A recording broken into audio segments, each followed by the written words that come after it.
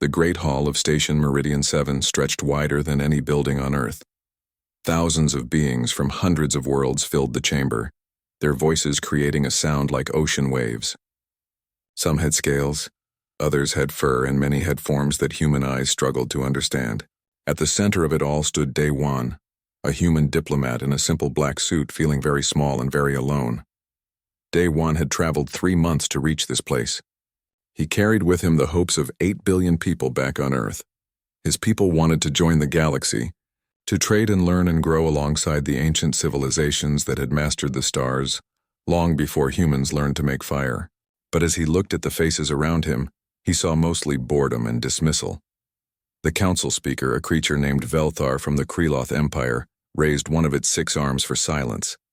Its body resembled a massive insect, covered in purple armor plates that clicked when it moved. When Velthar spoke, its voice came out in perfect English through a translation device. "We gathered today to discuss the human question," Velthar announced. "These newcomers request full membership in our council. They wish to expand beyond their single world and join civilized space." A wave of chittering, humming, and various alien sounds filled the chamber. Day One recognized the sounds as laughter. His jaw tightened, but he kept his face calm. Beside him stood Hana, a military strategist who had insisted on accompanying him. She wore her uniform proudly, though it meant nothing to anyone here. "They barely have faster-than-light travel," someone shouted from the crowd. "Their ships are slow and primitive. They still wage wars on their own planet," another voice added. "They are violent and divided." Day One stepped forward. "We admit we are young compared to your civilizations, but we learn quickly. We have gone from first flight to reaching our moon in only 66 years. We have—" "Silence," Velthar commanded, though not unkindly. "We have reviewed your history, human. You are indeed a species of rapid development. This concerns us. You consume resources at alarming rates. You multiply quickly. You take risks that more sensible beings would avoid." Before Day One could respond, a strange sound echoed through the chamber. It was like wind chimes mixed with distant thunder. The crowd fell silent immediately. Even Velthar seemed to shrink slightly. A being unlike any other floated forward. It appeared to be made of crystal, its body transparent and filled with swirling lights. This was Murmesh, one of the elders of the witnessing caste. These beings were said to be millions of years old, recording the history of the galaxy in their crystalline forms. "I must speak," Murmesh said, its voice ancient and tired. "I have witnessed the rise and fall of 10,000 civilizations.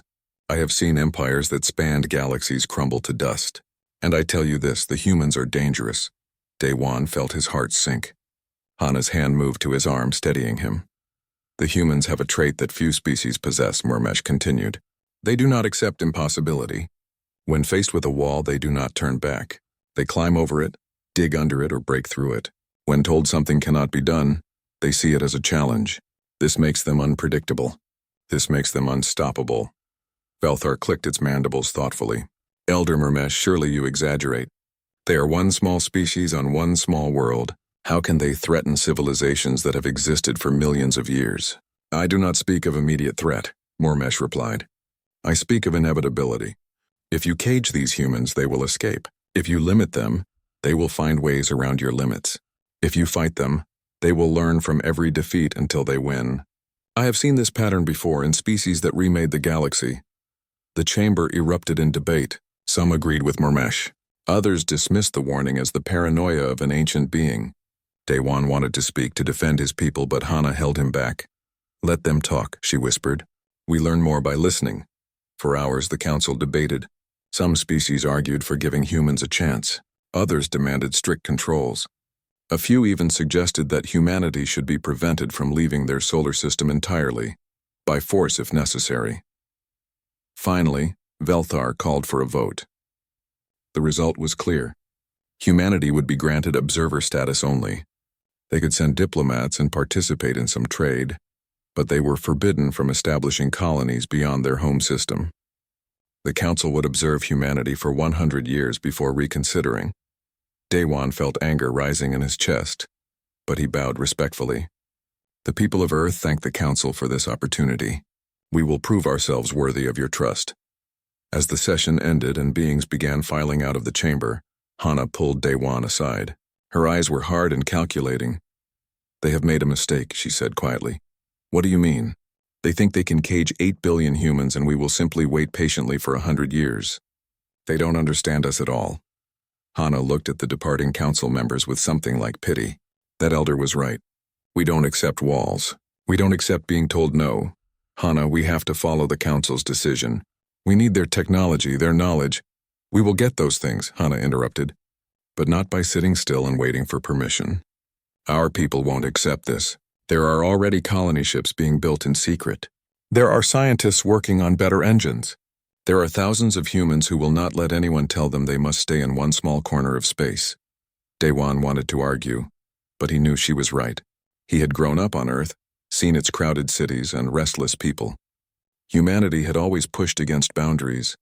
It was how they survived ice ages and crossed oceans in primitive boats. It was how they went from caves to skyscrapers in mere thousands of years. That night, as Daewon prepared his report for Earth, an urgent message came through. 3 human colony ships had been detected leaving the solar system, heading for unclaimed worlds in nearby systems. They were ignoring the Council's restrictions. They were already moving. Daewon sat down heavily. Murmesh had been right. Velthar had been right to be concerned. But the Council had made their choice and now humanity would make theirs. The unstoppable had been told to stop. The outcome was inevitable. Far across the station, Murmesh stood alone in a dark chamber, its crystalline body pulsing with ancient light. It spoke to itself in a language older than most stars. The elders spoke the truth. The people are unstoppable, but the Council could only listen. They did not understand. Now we will all see what happens when you try to cage a fire. The future had begun. 5 years had passed since the Council told humanity to stay home. In those 5 years, everything had changed. Admiral Hana stood on the bridge of the warship Defiant, watching the stars through the viewport. She was older now, with gray streaking through her black hair, but her eyes remained sharp and fierce. Behind her, the crew worked efficiently at their stations. Every one of them knew they were breaking galactic law simply by being here. Admiral, we have 17 colony worlds reporting in, her communications officer said. All settlements are stable and growing. 17 worlds. Hana allowed herself a small smile. The Council had said humans could have one world. Humanity had taken 17 in 5 years, and they were just getting started. On the other side of the galaxy, Captain Tae-young guided his colony ship through an asteroid field. The ship was not built for combat. It was slow and heavy, filled with thousands of civilians seeking new homes. But Tae-young had learned to be clever. His ship looked like a commercial freighter on scanners. By the time anyone realized it was full of colonists, they would already be on the ground. Captain, we are detecting a Kraloth patrol ahead, his navigator warned. Change course, Tae-young ordered calmly. Make it look natural, like we are avoiding radiation from that nearby star. Sir, they are hailing us. Tae-young straightened his jacket. Put them through. The Kraloth commander appeared on screen, its insect-like face clicking with suspicion. Unidentified vessel, you are in restricted space. State your purpose. Just passing through, Commander, Tae-young said with an easy smile. We are hauling medical supplies to Station Kyber 9. We can provide cargo manifests if needed. The Kraloth studied him. I show no scheduled deliveries to that station. Emergency shipment, Tae-young lied smoothly. The station had an outbreak of Kellen fever. They needed supplies fast, so here we are. It was a good lie because Kellen fever was highly contagious. The Kraloth would not want to inspect the cargo closely. After a long pause, the commander waved a claw. Continue on your route. But know that we are watching all human vessels closely. The screen went dark. Tae-young let out a breath he did not know he was holding. His navigator grinned. Another day, another narrow escape, Captain. Just get us to Haven's Rest, Tae-young said. Those colonists are counting on us. On Haven's Rest itself. Engineer Jiwoo wiped sweat from her forehead and studied the data on her tablet. The planet around her was transforming. When they had arrived 2 years ago, this world was dead. The atmosphere was too thin. The soil was toxic. The temperature swung wildly between freezing and boiling. The Council had declared this planet impossible to terraform. Their calculations said it would take 10,000 years and more resources than it was worth. Jiwoo and her team did it in 18 months. They used bacteria engineered to eat the toxic compounds in the soil. They crashed ice comets into the polar regions to thicken the atmosphere. They built massive mirrors in orbit to regulate temperature. None of it was according to standard procedures. All of it worked. Now she stood in a field of real grass under a real sky. In the distance, she could see the first human city rising, built from materials mined and manufactured right here. Children played in parks. Farmers planted crops. People were building lives. "We did the impossible," her assistant said, coming to stand beside her. "We did what needed to be done," Jiwoo corrected. "The council's experts were too worried about following rules. We just focused on solving problems." Back in space, Admiral Hana was about to face her biggest challenge yet. The council had finally decided to enforce their restrictions with military force. A massive Kryloth fleet under Commander Krentok had been sent to blockade human worlds and force the colonists to return to Earth. Hana's fleet was outnumbered 3-1. Krentok's ships were larger, better armed, and backed by thousands of years of military tradition. By all logic, Hana should surrender. She had no intention of surrendering. "We are approaching the Crimson Nebula," her tactical officer reported. "The Kryloth fleet is waiting on the far side." Hana studied the three-dimensional map of the nebula. It was a vast cloud of gas and dust, filled with radiation and unstable energy. Most commanders avoided it. The Kryloth were positioned to catch Hana's ships as they tried to go around. "Take us into the nebula," Hana ordered. Her crew stared at her. The tactical officer cleared his throat nervously. "Admiral, the radiation will damage our ships. Our shields cannot hold for long," Hana agreed. "But we only need 30 minutes. The Kryloth shields are designed differently. They prioritize protection from weapons, not environmental hazards. If they follow us in, their shields will fail faster than ours." "And if they don't follow us in?" her first officer asked. "Then, we circle around and hit them from behind while they are still watching the exit." Hana smiled coldly. Either way, they lose their advantage. The Defiant and its sister ships plunged into the red-tinged clouds of the nebula. Alarms immediately started blaring as radiation hammered their shields. Hana watched her displays calmly, counting down the seconds. Krentok, as she predicted, could not let them escape. The Kryloth fleet followed them in, confident in their superior numbers and firepower. Within 15 minutes, Kryloth ships began experiencing shield failures. Their weapon systems started malfunctioning. The radiation that Hana's ships were designed to resist was tearing through the Kryloth vessels. "All ships target their command vessel," Hana ordered. "Fire when ready." The Defiant's weapons cut through the weakened shields of Krentok's flagship like paper. 2 more human ships joined the attack. The massive Kryloth warship shuddered and went dark. "Commander Krentok is hailing us," communications reported. "He is requesting terms of withdrawal." "Tell him to leave this system and not come back," Hana said. "Tell him that every time they send a fleet to stop us, we will find a way to win. Tell him that we are not going anywhere." The Kryloth fleet retreated, damaged and humiliated. News of the battle spread quickly across the galaxy. The Council had sent their military to cage humanity, and humanity had defeated them using creativity and courage instead of pure strength. On Station Meridian 7, Elder Murmesh observed all of this from its chamber.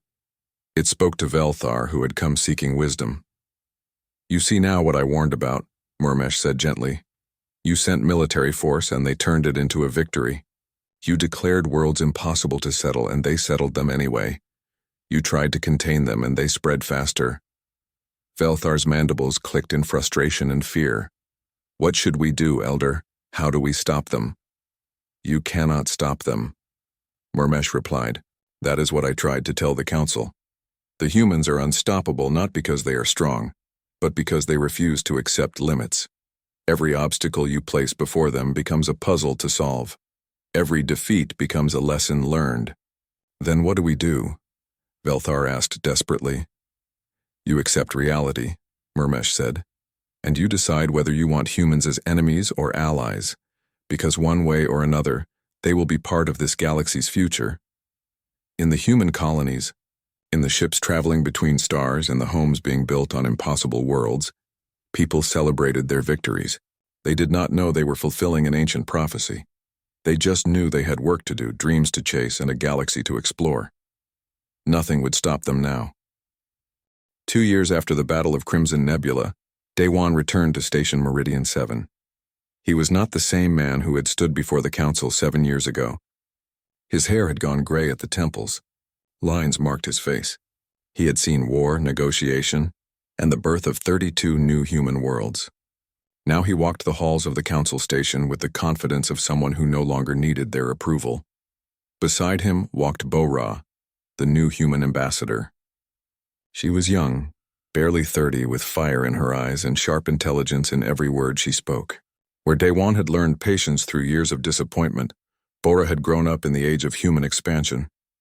She believed humanity could do anything, because she had watched them do the impossible again and again. "Remember," Daewon told her quietly as they approached the council chamber. "Some of them want us dead. Some want us contained. Only a few want peace. We must speak to all of them." "I understand," Bo-Ra said, but her tone suggested she was not interested in patience. The council chamber looked the same as it had 7 years ago, but the atmosphere was completely different. Where before there had been dismissal and boredom, now there was tension and fear. The representatives whispered among themselves, and many watched the human delegates with barely concealed hostility. Velthar called the session to order. The speaker looked exhausted. Daewon had heard that Velthar's political position had weakened considerably after the failed military action against humanity. "We gather to address the human expansion," Velthar announced. "Since our last meeting, humans have established 32 colony worlds in direct violation of council law. They have defeated military forces sent to enforce our restrictions. They have disrupted trade routes and challenged our authority at every turn." A being that looked like a mass of tentacles in a floating tank raised several appendages. This was Ilthene, a representative of the merchant guilds that controlled much of galactic commerce. "The humans have done more than establish colonies," Ilthene said, its voice bubbling through water. "They have infiltrated our trade networks. Human merchants now operate on every major route. They undercut our prices, ignore our regulations, and somehow deliver goods faster than ships that are technologically superior." Bo-Ra stood to speak. "If I may address the council?" Velthar hesitated, then nodded. "You speak of our trade practices as if they are crimes," Bo-Ra said clearly, "but all we have done is offer better service at lower prices. We move fast because we take risks. We undercut prices because we are efficient. If your guilds cannot compete with human merchants, perhaps the problem is not with us." The chamber erupted in angry chatter. Ilthene's tentacles writhed in agitation. "You disrupt systems that have existed for thousands of years. Systems that were corrupt and inefficient," Bo-Ra shot back. "We have heard the stories. The merchant guilds charge whatever they want because they control all the routes. Small colonies go bankrupt trying to pay your fees. Well, now they have another option. They have us." Daewon winced internally. Bo-Ra was not wrong, but she was not making friends. He stood to speak, trying to soften the message. "What Ambassador Bo-Ra means is that humanity wishes to participate in galactic trade. We are happy to follow reasonable regulations, but we will not accept artificial restrictions designed to protect monopolies." Before anyone could respond, a new voice spoke up. It was a being made of crystalline formations pulsing with inner light. Elder Murmesh had been silent until now. "I wish to share information the council may find relevant," Murmesh said. "The humans have not only expanded in territory and trade, they have also advanced technologically. They have reverse-engineered council technology and improved upon it." A shocked silence fell over the chamber. Bo-Ra smiled slightly but said nothing. Daewon kept his face neutral. Velthar leaned forward. "Explain, Elder." "Human ships are now faster than most council vessels," Murmesh continued. "Their weapons are more efficient. Their medical technology has surpassed several member species. They have accomplished in 7 years what should have taken centuries. How is this possible?" Someone demanded from the crowd. Murmesh turned its crystalline body toward the speaker. "Because they do not accept limits. Because they question everything. Because when they see a piece of technology, they do not simply use it. They take it apart, understand it, and rebuild it better. This is their nature." A new voice spoke up, harsh and aggressive. "Then they are a threat that must be eliminated. A being that resembled an armored reptile stood. Day One recognized it as Korval, a war leader from one of the more militant species in the Council. Korval had been advocating for extreme measures against humanity for years. We should have destroyed them when they were weak, Korval continued. Now they spread like a disease. They ignore our laws. They corrupt our trade. They advance too quickly.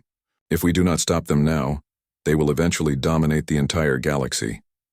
Several council members voiced agreement. Others argued back. The chamber descended into chaos with three distinct factions emerging.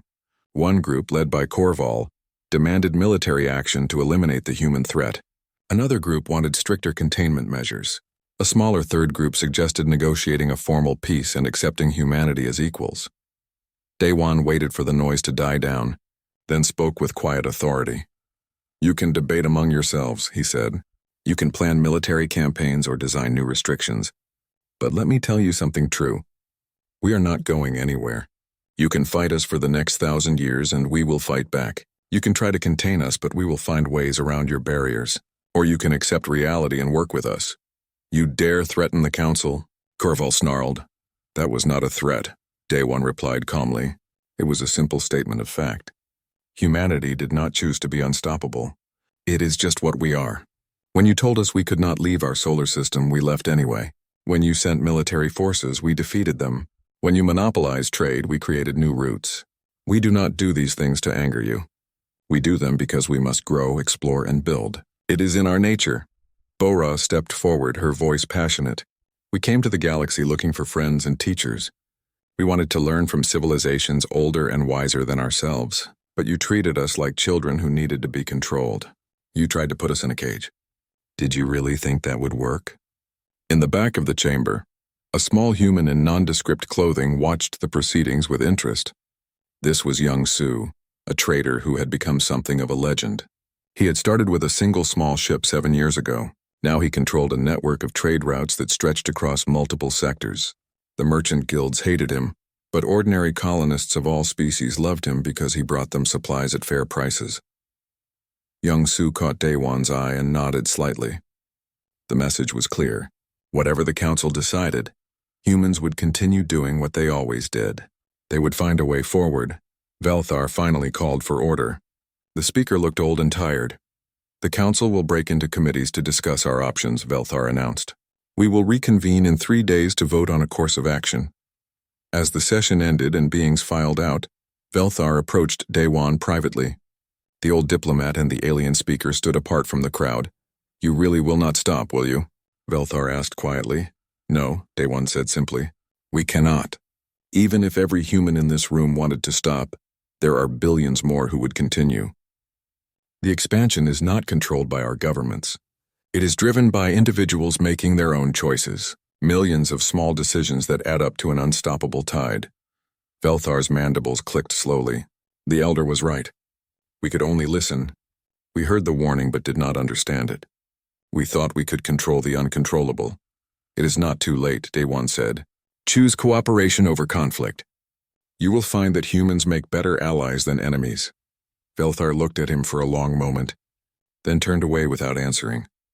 That night, as council members argued in private chambers and committees debated humanity's fate, Young Su sat in a bar frequented by traders from dozens of species. He bought drinks for a Kriloth merchant who had lost business to human competition. He shared stories with a tentacled being from Ilthine's guild. He proved in his small way that humans and aliens could coexist. The council would make their decision in 3 days.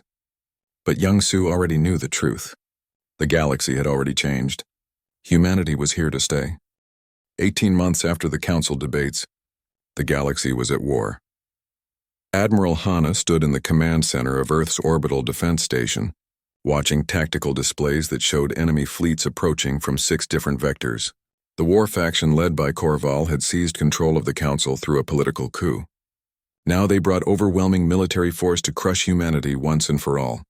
"Status report," Hana commanded, her voice steady despite the situation. "Enemy fleet strength is estimated at 3,000 vessels," her tactical officer replied. "They have surrounded Earth completely. Our defensive fleet numbers 400 ships. The odds were impossible. Korval had brought nearly every warship the Council could spare. This was not a battle. This was an execution. Hana allowed herself one moment of despair, then pushed it aside. Impossible odds were just numbers. Humans had faced impossible odds before. Activate evacuation protocols, she ordered. All civilian transports are to begin moving non-essential personnel off-planet immediately. Every cargo hauler, every private ship, everything that can fly gets people out of here. Admiral, even if we evacuate everyone we can, that only saves a fraction. Then we save that fraction, Hana cut him off. Start moving people. Now. On the surface of Earth, millions watched the sky with fear and determination. They knew what was coming. Some panicked. Some prayed. Most simply prepared to fight. Humanity's home world would not fall easily. Far across the galaxy, a young scientist named Kyung Min worked frantically in a hidden research station. He was thin and exhausted, having barely slept in weeks, but his eyes shone with excitement because he was on the edge of a breakthrough that could change everything. Run the simulation. Again, he told his team, the Bay computer model showed a revolutionary new faster-than-light drive. It was based on principles that current physics said were impossible. Kyung-min had figured out how to make it work anyway. Sir, the energy requirements are enormous, one researcher warned. No ship could carry enough power. Then we redesigned the power systems, Kyung-min said impatiently. We make it work because we have to.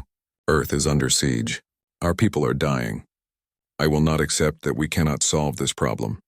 He worked through the night, making calculations, adjusting designs, refusing to accept failure. Meanwhile, on a heavily guarded Council weapons facility, a single human moved through the shadows like smoke. Su-bin was Special Forces, one of humanity's best infiltrators. She had been behind enemy lines for 3 months, gathering intelligence while wearing a holographic disguise that made her look like a maintenance worker. Tonight, she had accessed the facility's main computer network and found something terrifying. The Council was preparing to use planet-killer weapons, massive bombs that could crack Earth's crust and make the world uninhabitable. They planned to use them if conventional weapons failed to break humanity's resistance. Su-bin downloaded the data to her encrypted storage device and began working her way back out of the facility. She moved carefully, knowing that one mistake would end her mission and doom Earth. An alarm suddenly blared through the corridors. Someone had noticed the data breach. Su-bin abandoned stealth and ran, her enhanced muscles carrying her faster than any normal human. Guards opened fire behind her. Energy bolts scorched the walls as she dodged and weaved.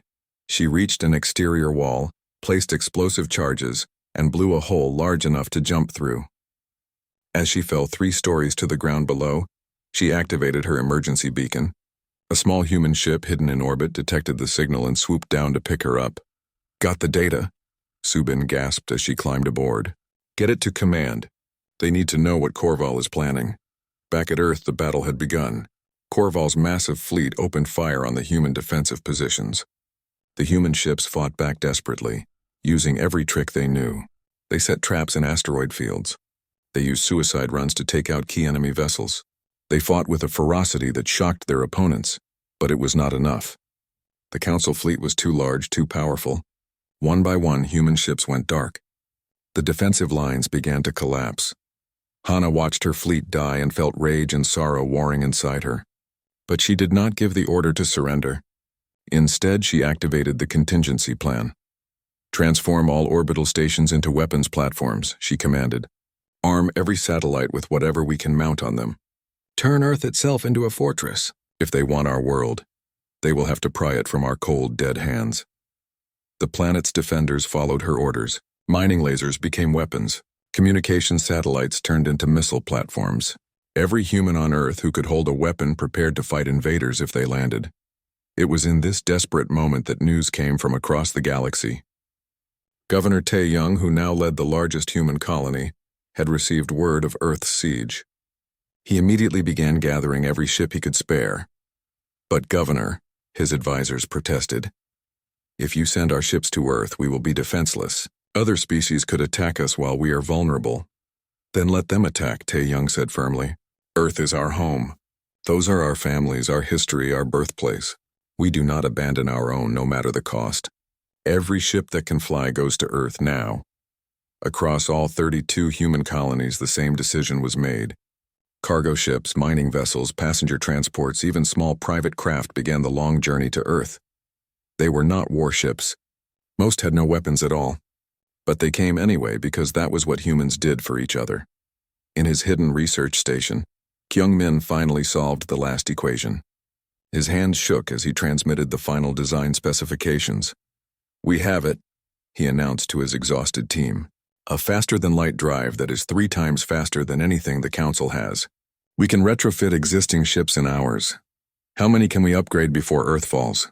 someone asked. Kyung-min checked the calculations. "If we work fast, maybe 50 ships. It is not enough to win the battle, but it might be enough to change the game." On Earth, Hana received 3 critical pieces of information simultaneously. First, Subin's intelligence about the planet-killer weapons. Second, Kyung-min's new drive specifications. Third, reports of hundreds of civilian ships heading to Earth from the colonies. She looked at all 3 pieces of information and suddenly saw a path to victory. It was risky. It was crazy. It was perfectly human. "Get Kyung-min's team to retrofit our fastest 50 ships with the new drive," she ordered. "I do not care if the upgrades are rough or untested. We need speed more than perfection." "What are you planning, Admiral?" her first officer asked. Hana smiled grimly. "Korval thinks he has us trapped. He has concentrated his entire military might around Earth. But that means he has left his homeworlds undefended. We are going to show him what happens when you threaten humanity's existence." Working at impossible speed, human engineers installed Kyung-min's new drives on 50 of their fastest remaining ships. The installations were crude, barely tested, and potentially dangerous. 3 ships exploded during the upgrade process. The other 47 held together. Hana personally led this small fleet.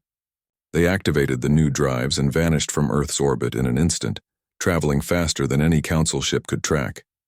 When they reappeared, they were not at one location. They were at 6 locations simultaneously, 6 core Council worlds, including Korval's home planet. The human ships appeared in orbit over these heavily populated worlds, their weapons armed and ready. Hana opened a broadcast that reached every Council world, every ship, and every station in the galaxy. "This is Admiral Hana of the Human Defense Forces," she announced. "We did not start this war. We did not want this war. But if you force us to fight, understand this. We know how to hurt you. We know where you live. We know what you care about." She paused, letting that sink in. "Our ships are positioned over 6 of your most important worlds. We could destroy them right now. We could turn your cities to ash and your oceans to steam. But we will not. Because unlike you, we do not make war on civilians." Another pause, however. "If you continue this attack on Earth, if you use those planet-killer weapons, if you try to genocide my species, then we will respond in kind. And unlike you, we will not hesitate. We will not hold back. We will burn your worlds until you have nothing left." The message was clear. Humans had not attacked, but they had proven they could. They had demonstrated that no Council world was safe, no matter how distant or well defended. At Earth, Korval received the message and felt something he had not experienced in decades: fear. He looked at his tactical displays and understood the situation. He could still destroy Earth, but if he did, 6 Council worlds would die in retaliation. His hands shook as he gave the order to cease fire and withdraw. The war ended not with a battle, but with a demonstration of capability and will.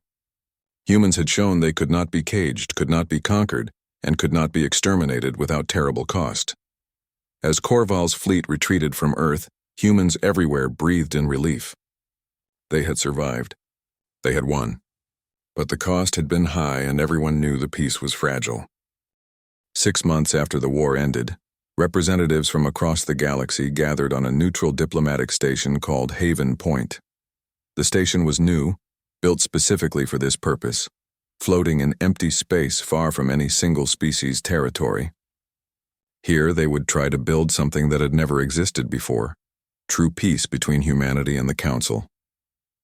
Daiwan arrived early, wanting to see the station before the formal proceedings began. He was an old man now, his hair completely white, his body tired from decades of struggle. But his mind remained sharp, and his hope for peace still burned bright. He had fought too hard and seen too much death to let this opportunity slip away. The main conference hall was beautiful. Large windows showed the stars in all directions. The furniture had been designed to accommodate beings of all shapes and sizes. Everything about this place spoke of compromise and cooperation. It is impressive, is it not? A familiar voice said behind him. Daewon turned to see Velthar. The old Kreloth speaker looked different. Its armor plates had dulled with age, and it moved more slowly than before. The war and its aftermath had taken a toll on everyone. Velthar, Daewon said warmly. I did not expect to see you here. I am no longer speaker, Velthar admitted. I was removed from power after the failed containment policies, but I was asked to serve as an advisor for these negotiations. I suppose my experience with humans, even my failures, has value. Your failures taught the Council important lessons, Daewon said gently. Without them, we might not have this chance for real peace. They stood together in comfortable silence, two old beings who had been on opposite sides but had learned respect for each other. The formal negotiations began the next day. Admiral T. Hana sat at the human delegation's table, representing military interests. Beside her was Bo-Ra, now a senior ambassador. Governor Tae-Young had come from his colony to speak for the civilian settlements. Scientist Kyung-min attended to discuss technology sharing. Even Young-Soo was there, representing the traders and merchants. On the other side sat council representatives from dozens of species. Korval was noticeably absent. The war leader had been removed from power and exiled after the disastrous campaign against Earth. But many who shared his views remained. The first days of negotiations were tense. Both sides had grievances. The council demanded that humanity accept limits on expansion. Humans refused. Council members wanted guarantees that humans would not develop weapons more powerful than their own. Humans pointed out that such guarantees were meaningless when dealing with a species that constantly innovated. It was Elder Murmesh who finally broke the deadlock. The ancient crystalline being floated to the center of the room, commanding attention from all present. I wish to share the complete prophecy, Murmesh announced. Years ago, I warned the council about humanity, but I only shared part of what I knew. Now it is time for the whole truth. The room fell silent. Even the humans leaned forward, curious. The elders of my people studied humanity when you first achieved spaceflight, Murmesh continued. We saw patterns in your development that matched other species we had observed over millions of years. We made a prediction, a prophecy. The people are unstoppable, but the council could only listen. Murmesh's crystalline body pulsed with light as it spoke. The second part of that prophecy was this. Humanity will either destroy the galaxy or save it, depending on how they are received. Meet them with fear and walls, and they will fight until nothing remains. Meet them with hope and open hands, and they will build wonders beyond imagination. The silence deepened. Every being in the room understood the weight of those words. We chose fear, Velthar said quietly. We chose walls and restrictions. We almost brought about the very destruction the prophecy warned against. Hana stood to speak, her military bearing still strong despite her years. The prophecy was right about us being unstoppable. But I want to be clear about what that means. We are not unstoppable because we are stronger or smarter than you. We are unstoppable because we refuse to accept no as a final answer. She looked around the room, meeting the eyes of alien representatives. Every species here has things you consider impossible. When you hit those limits, you accept them and work around them. When humans hit a limit, we see it as a problem to solve. This makes us unpredictable. This makes us dangerous. But it also makes us the best possible allies because when you face something impossible, you can call on humans to attempt it anyway. Bo-Ra stood next to Hana. We came to the galaxy seeking friendship and knowledge. We still want those things. But we will not accept being caged or controlled. Give us freedom, and we will share everything we discover. Try to limit us, and we will spend all our energy breaking those limits instead of building something better. Tae-Young spoke next, his voice carrying the weight of a colony governor who had seen war firsthand. Our colonies are full of families. Children play in parks on worlds you said could never be settled. Old people tend gardens in places you declared impossible to terraform. We are not conquerors seeking to dominate. We are builders seeking to create homes. The negotiations shifted after these speeches. Instead of arguing about restrictions, both sides began discussing cooperation. What could humans offer the Council? What could the Council teach humanity? Young-Soo contributed practical ideas from his trading experience. Human merchants and alien merchants already work together in many places. The formal trading networks may resist us, but on the ground, cooperation is happening naturally. We should build on that foundation. Kyung-min shared his perspective as a scientist. Humans innovate quickly, but we are young. We make mistakes that more experienced species avoid.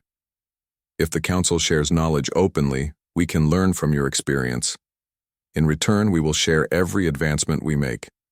Together, we can achieve things neither of us could accomplish alone. Ji-woo, the terraforming engineer, had traveled from Haven's Rest to attend the negotiations. She presented data showing how human techniques could help struggling Council colonies. You have worlds you have given up on because traditional methods do not work. Let us try. If we succeed, everyone benefits. If we fail, you have lost nothing. Days turned into weeks. The negotiations were difficult with setbacks and arguments. But slowly, a framework emerged. Humanity would be granted full Council membership. In exchange, humans would share technology openly and accept some coordination on expansion to avoid conflicts with existing settlements. More importantly, both sides agreed to cultural exchange programs. Human children would learn from alien teachers. Alien students would study on human worlds. Traders would operate freely across species boundaries. Scientists would collaborate on research projects.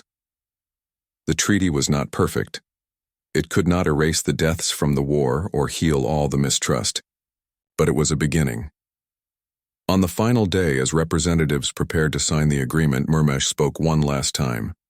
I have witnessed the rise and fall of civilizations for millions of years, the elder said. I have seen species that conquered through force and species that united through wisdom. I tell you now that humanity has the potential to reshape this galaxy in ways we cannot yet imagine.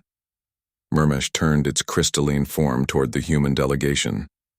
You are unstoppable, not through strength, but through persistent, relentless optimism. You believe that every problem has a solution. You believe that tomorrow can be better than today. You believe that the impossible is just the difficult waiting to be solved. This belief is your greatest weapon and your greatest gift. The elder paused, letting its words sink in. The elders were right to fear you, but we were also right to hope for you. The future of the galaxy will be shaped by how you channel your unstoppable nature. Will you build or destroy? Will you unite or divide? These choices are yours to make. Daiwan stood to respond, speaking for all of humanity. We choose to build, he said simply. We choose to unite. We choose hope over fear. This is our nature too, just as much as our refusal to accept limits. We want to be part of something greater than ourselves. We want to learn from species that have existed for millions of years. We want to contribute what we can to the galaxy's future. He looked at Velthar, at Murmesh, at all the assembled beings. The Council told us we could not expand, and we expanded anyway. You told us we could not win against your military might, and we found a way to win. Now you offer us partnership instead of restrictions, cooperation instead of conflict. Watch what we can accomplish when we work together instead of fighting each other. The treaty was signed that day. Ships from dozens of species flew to human colonies to begin cooperation projects. Human scientists traveled to Council worlds to share knowledge. Children of different species met for the first time and, knowing nothing of old prejudices, became friends immediately. On Haven's Rest, Ji-woo stood with a group of alien engineers discussing how to terraform a world the Council had deemed hopeless. On Earth, human teachers welcomed the first group of alien students, eager to learn about cultures millions of years old. In space, Young-Soo's trading ships flew alongside Council vessels, carrying goods and hope to every corner of the galaxy. Admiral Hana, finally able to retire, stood on Earth and watched the sunset. She thought about all the battles fought, all the lives lost,